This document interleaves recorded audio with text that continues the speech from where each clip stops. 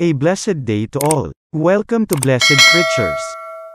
Ang gagamitin nating plastic matting ay 2x3, galvanized screen na may 1 inch at 1/2 inch ang butas. Mga pliers, lag-ari, kahoy, tacker, long nose, M-clip plier, bolt cutter, at panukat.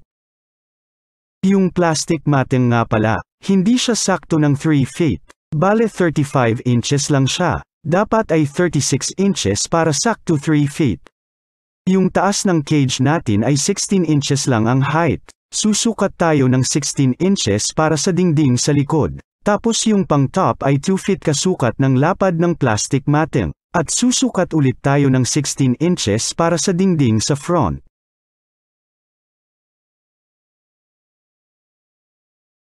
Bale yung dingding sa likod, yung bubong, at yung harap ay magkarugtong lang. Walang putol, pasuklab ang gagawin.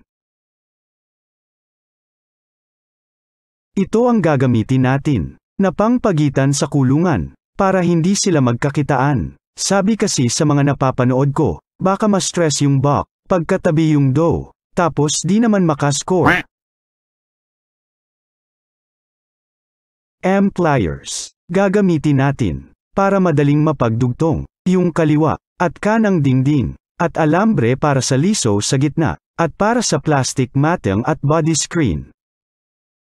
Dito na natin gagamitin yung kahoy na binigay lang sa atin. Para sa pinto ito, 2 inches ang lapad, at 0.5 cm ang kapal. Puputulan lang natin yung haba, depende sa sukat ng pinto. Ita-tucker lang natin yung pagkabit para mabilis.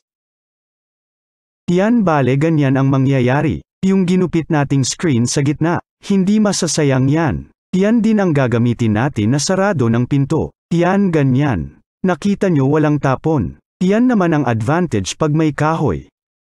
Para sa grass feeder, screen na 1 inch ang butas. Kung napansin nyo nilakihan ko pa yung ibang butas. Para mas madaling makakuha ng dayami ang mga rabbit natin. Bale 5 cm lang yung lagayan ng dayami. Para more space sa galawan ng rabbit.